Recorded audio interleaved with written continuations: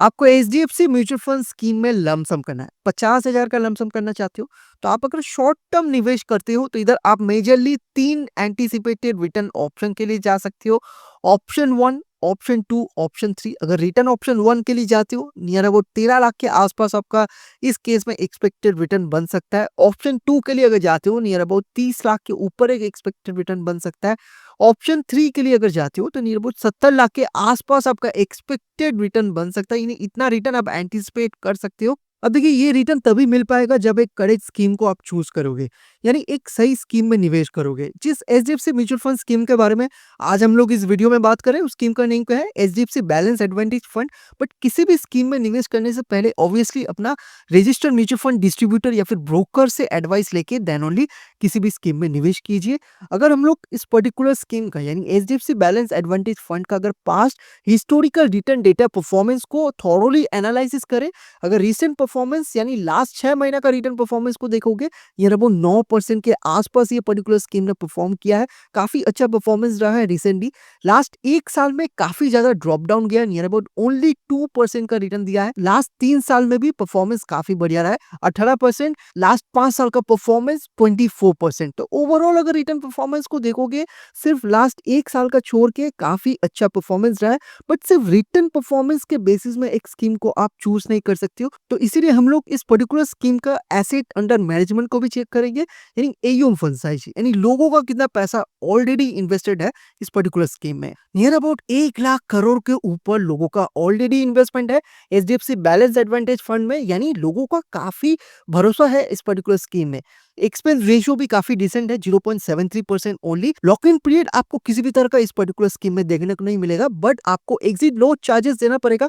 आप अगर 1 साल के पहले फंड से एग्जिट करते हो, 1% का एग्जिट लोड चार्जेस है। मिनिमम इन्वेस्टमेंट अगर आपको एचडीएफसी बैलेंस एडवांटेज फंड में निवेश करना, एसआईपी करना चाहते हो, सिर्फ 100 रुपया महीने से चालू कर सकते हो, यानी काफी सस्ता से आप निवेश कर सकते हो। लमसम करना है, इधर भी आप सिर्फ 100 रुपीज से वन टाइम निवेश कर सकते हो। अब मान लीजिए आप एचडीएफसी बैलेंस एडवांटेज फंड में निवेश कर देते हो, इन फ्यूचर आपका एंटीसिपेटेड रेट ऑफ रिटर्न कितना हो सकता है? यानी फोकस रिटर्न आपका 12% भी हो सकता है, फोकस रिटर्न आपको 15% भी मिल सकता है, फोकस रिटर्न आपका 18% भी हो सकता है। बिकॉज म्यूचुअल फंड का रिटर्न कभी भी फिक्स नहीं होता, ये मार्केट परफॉर्मेंस के ऊपर डिपेंड करेगा इन फ्यूचर आपका रेट ऑफ रिटर्न क्या होने वाला है। अब इसी के बेसिस में हम लोग डेमो इन्वेस्टमेंट स्ट्रेटेजी को समझ लेते हैं। मान लीजिए एक्सपेक्टेड रेट ऑफ रिटर्न इस particular HDFC balance advantage fund से आपको 18% मिल जाता, तो इन फ्यूचर आपका एंटीसिपेटेड रिटर्न कितना बन सकता है डिफरेंट बजट सिनेरियो में, इसको हम लोग चेकआउट कर लेते हैं वन बाई वन। मान लीजिए आपका बजट 50,000 है, यानी लमसम आप अगर 50,000 निवेश करते हो, आपका एक्सपेक्टेड रिटर्न कितना बन सकता है? नियर अबाउट 2,60,000 के आसपास आपका एक्सपेक्टेड रिटर्न बन सकता है।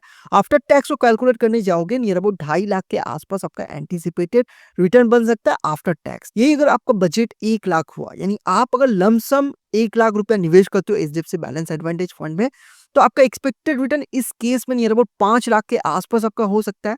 आफ्टर टैक्स को कैलकुलेट करने जाओगे, नियर अबाउट 4,85,000 के आसपास आपका एंटीसिपेटेड रिटर्न बन सकता है आफ्टर टैक्स।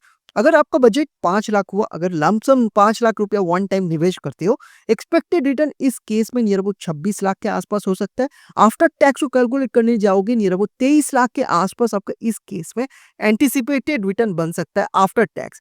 अब इधर आपको जो भी रिटर्न देखने को मिल रहा है, इतना रिटर्न आप 10 साल में एक्सपेक्ट कर सकते हो। आप अगर इस पर्टिकुलर स्कीम में 10 साल के लिए निवेश रखते हो अपना पैसा। अब मान लीजिए इसी रिटर्न को अगर और आपको इंक्रीज करना है, बजट आपको सेम रखना है, तो फिर आपके पास क्या ऑप्शन है? आप टर्म को थोड़ा बहुत इंक्रीज कर सकते हो, यानी थोड़ा बहुत लॉन्ग टर्म स्ट्रेटेजी को अपना सकते हो। अब लॉन्ग टर्म स्ट्रेटेजी में क्या है? मान लीजिए आपका बजट 50,000 है, आप इधर 1 लाख, 2 लाख, 5 लाख भी यूज कर सकते हो अपने अकॉर्डिंगली। 50,000 को आप अगर 10 साल के बजाय 20 साल के लिए इस पर्टिकुलर स्कीम में निवेश रखते हो अपना पैसा को, उस केस में आपका एक्सपेक्टेड रिटर्न कितना बन सकता है? नियर अबाउट 13 लाख के आसपास आपका एक्सपेक्टेड रिटर्न बन सकता है आफ्टर 20 ईयर्स, यानी 20 साल के बाद। आफ्टर टैक्स को कैलकुलेट करने जाओगे, नियर अबाउट 12 लाख के आसपास आपका इस केस में एंटीसिपेटेड रिटर्न बन सकता है 20 साल के बाद। 50,000 को अगर 10 साल के बजाय 25 साल के लिए स्कीम में इन्वेस्टेड रखते हो, एक्सपेक्टेड रिटर्न इस केस में नियर अबाउट 30 लाख के आसपास आपका हो सकता है आफ्टर 25 ईयर्स।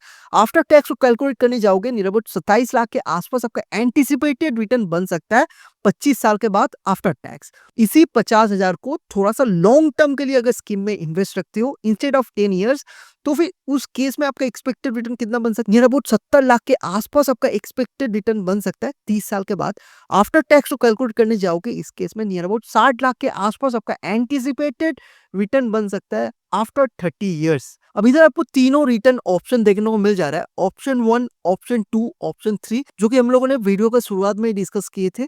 अब आपको क्या करना है, अपना पैसा को 10 साल के लिए निवेश करना चाहते हो या फिर रिटर्न ऑप्शन 1, रिटर्न ऑप्शन 2 या फिर रिटर्न ऑप्शन 3 के लिए जाना चाहते हो, यानी थोड़ा सा लॉन्ग टर्म के लिए जाना चाहते हो फॉर बेटर कंपाउंडिंग रिटर्न, या आपका नीड एंड चॉइस के अकॉर्डिंगली इसको एडजस्ट कर सकते हो। आपको अगर इस स्कीम के अलावा और भी अच्छा पॉपुलर ट्रेंडिंग स्कीमों के बारे में जानना है, ट्रेंडिंग प्लान के बारे में जानना है, तो इस वीडियो को चेकआउट कर सकते हो। मैं आपको मिलता हूँ उस वीडियो पे।